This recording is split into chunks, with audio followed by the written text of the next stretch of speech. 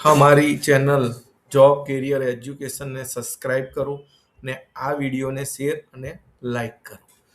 હવે અત્યારે આપણે એક નોટિફિકેશન જોઈશું જે ઓજસ જે વેબસાઇટ છે એમાં એક ઓનલાઈન અરજી કરવાની એક નોટિફિકેશન આવી છે. તો એના પોસ્ટનો વિશે જાણીશું અને એ આપણે અહીંયા જોઈએ. જીએસઆરટીસી ડ્રાઈવરની ભરતી છે 2026 માટે. તો આની અંદર કુલ જગ્યાઓ જે છે 1758 જગ્યાઓની ભરતી કરવાની છે. આનો જે ફિક્સ પગાર છે એ 26,000 પગાર છે અને તમારી જે ક્વોલિફિકેશન છે 12 પાસ હોવા જોઈએ. હવે ગુજરાત રાજ્ય માર્ગ વાહન વ્યવહાર નિગમ જીએસઆરટીસી ડ્રાઈવર ભરતી 2026ની જાહેરાત મૂકવામાં આવેલી છે ઓજસ વેબસાઇટ પર. તમે ત્યાં જઈને અને આ જાહેરાત માટે જોઈ શકો છો. પોસ્ટનું જે નામ છે એ ડ્રાઈવર છે, ડ્રાઈવરના પોસ્ટ માટે છે. બરાબર. કુલ જગ્યાઓ છે એ 1758 છે. પગાર ધોરણ જે છે એમાં પસંદ થયેલા ઉમેદવારોને પ્રથમ 5 વર્ષ સુધી માસિક 26,000 ફિક્સ પગાર મળશે અને ત્યારબાદ નિયમિત પગાર ધોરણ મુજબ નિમણૂક મળશે. શૈક્ષણિક લાયકાત શું હોવી જોઈએ? તો એના માટે છે ધોરણ 12 પાસ, બેઝિક કમ્પ્યુટર જ્ઞાન, માન્ય heavy vehicle driving licence plus PSV બીટ્સ. જરૂરી અનુભવ ફરજિયાત હોવો જોઈએ. ઉંમર મર્યાદા કેટલી છે? તો એમાં તમે જોઈ શકશો કે ઓછામાં ઓછી 25 વર્ષની છે, સામાન્ય પુરુષને 35 વર્ષની છે, સામાન્ય મહિલાને 40 વર્ષની છે અને અનામત વર્ગ પુરુષ જે 40 વર્ષ છે અને અનામત વર્ગ મહિલાને 45 વર્ષની છે. તો તમે અહીંયા જોઈ શકો છો. ફિક્સ પગાર માટે છે. અહીંયા ભરતીનું કક્ષાનું નામ છે. અહીંયા ડિટેલ જોઈ શકો છો. તમે આ પીડીએફમાં જોઈ શકો છો. જે કક્ષાનું નામ છે ડ્રાઈવર છે. ફિક્સ પગાર 5 વર્ષ માટે 26,000નો છે. કુલ જગ્યા જે છે 4,599 જગ્યાની ભરતી છે. ઓનલાઈન અરજી કરવાનો સમયગાળો પણ આપેલો છે. આજે એટલે કે 6 જૂન 2026 થી 5 જુલાઈ 2026 સુધી તમે અહીંયા ઓનલાઈન અરજી કરી શકો છો. અને ઓનલાઈન અરજી કર્યા પછીનો જે અરજી પત્રકની ફી સ્વીકારવાનો જે સમયગાળો છે એ 6 જૂન 2026થી 7 જુલાઈ 2026 સુધીનો છે. હવે તમે અહીંયા ફાળવણી માટેની કુલ જગ્યાઓ જોઈ શકો છો. 4,599 જગ્યાઓ છે. હવે કેટેગરી વાઇઝ તમે જોઈ શકો છો તો બિન અનામત તેમાં જે સામાન્ય છે એમને 1,385, જે મહિલાઓ છે એની 681 છે. સામાન્ય આર્થિક રીતે નબળા વર્ગ છે, ઈડબ્લ્યુએસ નબળા વર્ગ, એમાં 329 છે. ઈડબ્લ્યુએસની મહિલાઓ માટે 161 છે. સામાજિક અને શૈક્ષણિક રીતે પછાત વર્ગો એમાં સામાન્ય જે છે એ એમના માટે 711 તમે અહીંયા જોઈ શકો છો. 711 જે પોસ્ટ છે એની જગ્યાઓની અહીંયા ઓનલાઈન અરજી કરવાની છે. મહિલાઓ માટે 350 છે. અનુજાતિ માટે સામાન્ય માટે 184 છે. મહિલાઓ માટે 90 છે. અનુજનજાતિ માટે સામાન્ય 475 છે. મહિલાઓ માટે 233 છે અને કુલ જગ્યાઓ પૈકી માજી સૈનિક માટે 459 છે. તો તમે અહીંયા એની મુખ્ય સૂચનાઓ છે એ તમે અહીંયા જોઈ શકો છો કે શું છે. તો ઉપરોક્ત દર્શાવેલ જાહેરાતમાં જગ્યાની સંખ્યામાં વધઘટ કરવાનો નિગમને અબાધિત હક રહેશે. જાહેરાતમાં દર્શાવેલ અનામત જગ્યાઓમાં રોસ્ટર પદ્ધતિ બાબતની નીતિ નિયમિત ટકાવારી અનુસાર ફેરફાર સુધારો કરવાનો નિગમને અબાધિત હક રહેશે. જો ઉમેદવારે આ કક્ષામાં એકથી વધુ અરજીપત્રક ભરેલ હશે તો તેવા ઉમેદવારનું અંતિમ ભરેલ અરજીપત્ર જ વિચારો લેવામાં આવશે અને બાકીના અરજીપત્રો આપોઆપ રદ થયેલા ગણાશે, જે અંગે ઉમેદવારે કોઈ તકરાર ઉપસ્થિત કરી શકશે નહીં. કોઈ પણ ઉમેદવારે એકથી વધુ અરજીપત્રક ભરેલ હોય અને અલગ અલગ અરજીપત્રકમાં પોતાના નામ, પિતાના પતિના નામ અને અટકમાં સ્પેલિંગમાં મિસ્ટેક કરેલ હશે અથવા એન્ટ્રી કરવામાં સ્પેસ અલગ અલગ રીતે રાખેલો હશે તો તેવા સંજોગોમાં એક જ ઉમેદવારને એકથી વધુ અરજીપત્રક સામે એકથી વધુ કોલ લેટર મળવા પામશે. તેવા સંજોગોમાં ઓપ્ટિકલ માર્ક રીડિંગ OMR લેખિત પરીક્ષા ડ્રાઇવિંગ ટેસ્ટ સમયે રૂબરૂ આઈડી પ્રૂફ રજૂ કરેથી આઈડી પ્રૂફની વિગતો મુજબ સાચી માહિતીવાળા કોલ લેટર સામે ઓપ્ટિકલ માર્ક રીડિંગ લેખિત પરીક્ષા ડ્રાઇવિંગ ટેસ્ટ આપવા પાત્ર થશે. આઈડી પ્રૂફ મુજબનું અરજીપત્રકની વિગતોમાં સતી ભૂલ હશે તો ઓપ્ટિકલ માર્ક રીડિંગ પરીક્ષા ડ્રાઇવિંગ ટેસ્ટ આપવા દેવામાં આવશે નહીં. એટલે કે તમારું જે આઈડી પ્રૂફ છે એ પ્રમાણે જ અરજીપત્રક તમારું જે છે એમાં એ જ રીતે નામ હોવું જોઈએ અને એ જ રીતે બધી જ ડિટેલ સાચી હોવી જોઈએ. અરજીપત્રક ભરનાર તમામ ઉમેદવારોને 100 ગુણની OMR લેખિત પરીક્ષા માટે બોલાવવામાં આવશે.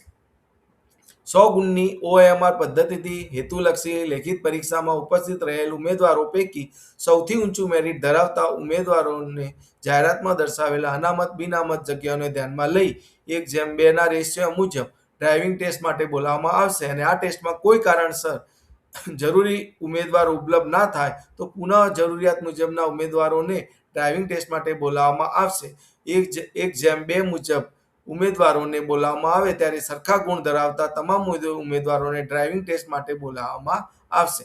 ડ્રાઇવિંગ ટેસ્ટમાં પાસ થયેલા ઉમેદવારો પૈકી ઓપ્ટિકલ માર્ક રીડિંગ OMR લેખિત પરીક્ષામાંથી મેળવેલા ગુણ તથા ડ્રાઇવિંગ ટેસ્ટમાં મેળવેલા ગુણ OMR લેખિત પરીક્ષાના 40% વેટેજ છે અને ઓટોમેટિક ડ્રાઇવિંગ ટેસ્ટના 60% વેટેજ છે. એમ બંને વેટેજનો સરવાળો કરી કુલ 100% વેટેજ મુજબ સૌથી ઊંચું મેરિટ ધરાવતા ઉમેદવારોની જાહેરાતમાં દર્શાવેલ અનામત બિનઅનામત જગ્યાઓને ધ્યાનમાં લઈ મેરિટ યાદી તૈયાર કરવામાં આવશે. આ જાહેરાત અન્વયે પસંદગી પામનાર ઉમેદવારોને નિગમની જરૂરિયાત મુજબ કોઈપણ વિભાગ ડેપો ખાતે નિમણૂક આપવામાં આવશે. નિમણૂક પામેલા ઉમેદવારને 2 વર્ષ દરમિયાન કામગીરી સમીક્ષા નોકરીના 2 વર્ષ પૂર્ણ થયેથી કરવામાં આવશે અને જો કામગીરી સંતોષકારક જણાય તો બાકીના સમય માટે ચાલુ રાખવામાં આવશે. તો તમારે જુઓ અહીંયા કઈ કક્ષાની વય મર્યાદા કેટલી છે, વિઝન કેવું હોવું જોઈએ, કક્ષાને લગતી વિગતો તો ચોખ્ખું વિઝન હોવું જોઈએ અને રંગ અંધત્વ ધરાવતા ના હોવા જોઈએ. વય મર્યાદા આપણે જોઈ શકીએ છીએ 25 થી 35 વર્ષની છે. અનામત વર્ગના ઉમેદવારોને ઉપલી વય મર્યાદામાં સરકારશ્રીના નીતિ નિયમો મુજબ 5 વર્ષની છૂટછાટ મળવા પાત્ર રહેશે. લઘુત્તમ શૈક્ષણિક જે છે લાયકાત એમાં ધોરણ 12 પાસ એટલે કે 10+2 એવી રીતે ઊંચાઈ પુરુષ ઉમેદવાર માટે ઓછામાં ઓછી 162 સેન્ટીમીટર, અનુજનજાતિના કિસ્સામાં 160 સેન્ટીમીટર, મહિલા ઉમેદવારો માટે ઓછામાં ઓછી 158 સેન્ટીમીટર અને લાયસન્સ એ પુરુષ ઉમેદવારો માટે અને મહિલા ઉમેદવારો માટે પણ લાયસન્સ હોવું જરૂરી છે. તો આ બધી જ વસ્તુઓ અહીંયા તમે પીડીએફમાં જોઈ શકો છો. ઓજસની વેબસાઇટમાં જઈ ઓનલાઈન અરજી કરી શકો છો. ભરતીનો વેટેજ પણ તમે જોઈ શકો છો. 100 ગુણમાંથી મેળવેલું 40% વેટેજ જે છે એ 100 ગુણની OMR જે લેખિત પરીક્ષા છે એમાંથી અને પાસ થવા માટે લઘુત્તમ કોઈ ગુણ ધ્યાનમાં લેવાને રહેશે નહીં. આ ધ્યાનમાં રહેવાનું છે અને 60% જે વેટેજ છે 50 ગુણનો ડ્રાઇવિંગ ટેસ્ટ છે. તમામ ઉમેદવારોએ પાસ થવા માટે લઘુત્તમ 35 ગુણ મેળવવાના રહેશે.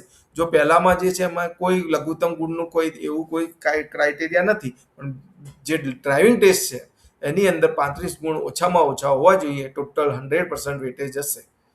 બરાબર. હવે આની અંદર તમને OMR પદ્ધતિથી જે એક્ઝામ આપવાની છે એની અંદર બતાવ્યું છે કે સ્પર્ધાત્મક લેખિત કસોટીના ગુણભારની નીચે મુજબ હશે. 1 કલાકનું પેપર હશે. 100 ગુણનું હશે. એમાં સામાન્ય જ્ઞાન, ગુજરાતી માધ્યમ, ધોરણ 12 કક્ષાનું સુધીનું હશે 30 ગુણનું, રોડ સેફટી અને ઓટો મિકેનિક ગુજરાતી માધ્યમમાં 20 ગુણનું, ગુજરાતી ભાષા અને વ્યાકરણ ગુજરાતી 12 કક્ષા સુધીનું છે 20 ગુણનું, અંગ્રેજી ભાષા અને વ્યાકરણ અંગ્રેજી માધ્યમનું ધોરણ 12 કક્ષા સુધીનું 10 ગુણનું, અંકગણિત ગુજરાતી માધ્યમમાં ધોરણ 10 કક્ષાનું 20 ગુણ, ટોટલ 100 ગુણનું હશે.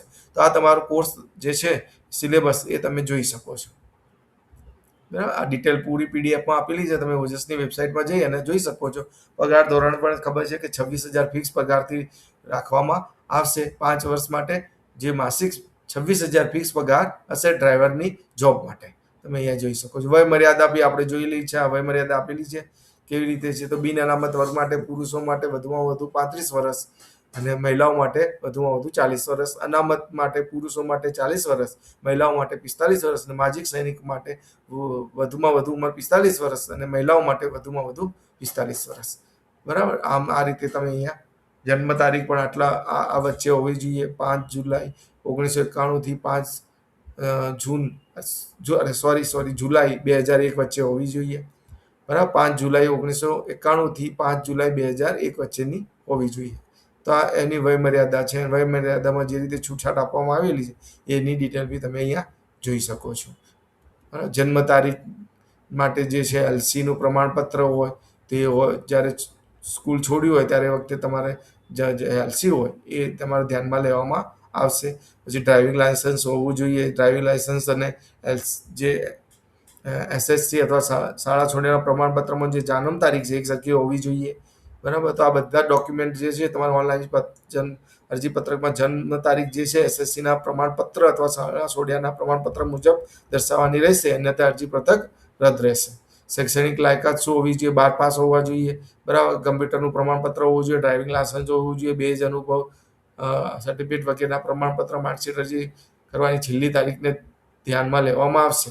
તો આ તમે વાંચી જોઈ લેજો કે કેવી રીતે છે શૈક્ષણિક લાયકાત. આ પૂરું પીડીએફમાં આપેલી છે.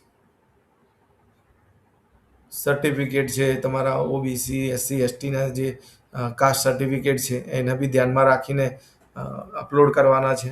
તો તમે એ જોઈ શકશો. મહિલા વિધવા ઉમેદવારો માટે એ બી અહીંયા તમે 5 માર્ક્સનું અહીંયા તમે જોઈ શકો છો કે ડિટેલ આપેલી જ છે, તમે વાંચી શકો છો. વિધવા જે ઉમેદવારો છે એમના માટે. રમતવીર ઉમેદવારો હોય તો એમના બી રમતગમતના વધારાના ગુણ મેળવવા માટેની લાયકાત અહીંયા આપેલી છે. એ તમે 5% ગુણ વધારે ઉમેરી આપવામાં આવશે. ઓએમઆર લેખિત પરીક્ષામાં જે મેળવેલા હશે એના ગુણના 5% ગુણ ઉમેરી આપવામાં આવશે. એ તમે અહીંયા જોઈ શકો છો. નવ વાંધાનો પ્રમાણપત્ર બી અહીંયા તમારે રજૂ કરવાનું છે. નવ વાંધા પ્રમાણપત્ર એનઓસી, બરાબર. એનઓસી કેવી રીતે નીકાળવી એની પણ ડિટેલ અહીંયા આપેલી છે. તો એ તમારી રીતે જોઈ લેવાનું, બરાબર.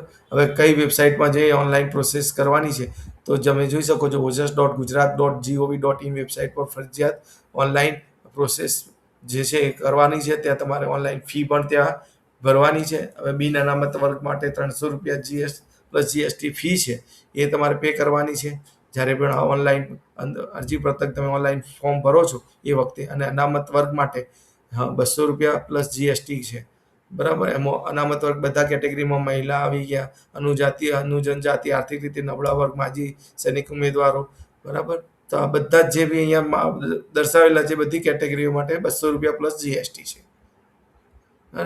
અહીંયા ડ્રાઇવિંગ ટેસ્ટ અંગેની સૂચનાઓ આપેલી છે. તો તમે વેલિડ થકે, બહુ સારી એવી પોસ્ટની રિક્વાયરમેન્ટ છે, તો તમે અહીંયા ફોર્મ માટે એપ્લાય કરી શકો છો. અહીંયા તમે ઓજસની વેબસાઇટમાં જશો ત્યારે ડિટેલ મળશે. ટોટલ 4,599 સીટો ખાલી છે. છેલ્લું ઓનલાઈન અરજી કરવાનો છેલ્લી તારીખ છે એ 5 જુલાઈ 2026 છે. એ ધ્યાન જોજો. અને પછી ફી ભરવાની તારીખ પણ અહીંયા આપેલી છે કે છેલ્લી તારીખ 7 જુલાઈ 2026 છે. તો તમે અવશ્ય ડ્રાઈવર માટે એપ્લાય કરી શકો છો. અમારી ચેનલને સબસ્ક્રાઈબ કરજો અને આ વિડીયોને શેર અને લાઈક કરજો.